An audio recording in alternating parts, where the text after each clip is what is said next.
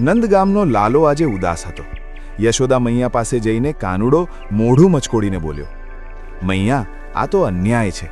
તારો આ લાલો વાદળ જેવો કાળો અને વૃષભાનુની લાડલી રાધા દૂધ જેવી ધોળી. જ્યારે અમે સાથે રમીએ છીએ ત્યારે મને લાગે છે કે હું તેના તેજમાં ક્યાંક ખોવાઈ જાઉં છું. શું તે મને ક્યારે પ્રેમ કરશે? યશોદા મૈયા જાણતા હતા કે તેમનો કાનો તો આખા બ્રહ્માંડનો સ્વામી છે, પણ અત્યારે તે એક પ્રેમીના રૂપમાં છે.